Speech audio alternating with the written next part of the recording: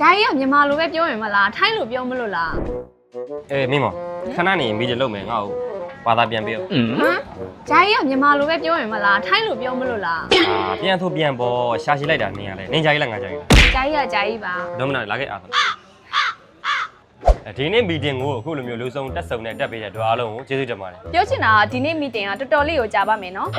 အကိုသတိထားမိသလောက်ဆိုလို့ရှိရင်ဒါပြီးခဲ့တဲ့လမှာရောင်းအားတော်တော်လေးကိုကြာတယ်ဒီလမှာတော့ရောင်းအားကအဆင်ပြေအောင်လို့ကြိုးစားပေးကြအောင်နော် ဒီလတာဂက်မပြည့်ရင် bonus မရဘူးလို့ပြောချင်တာပါ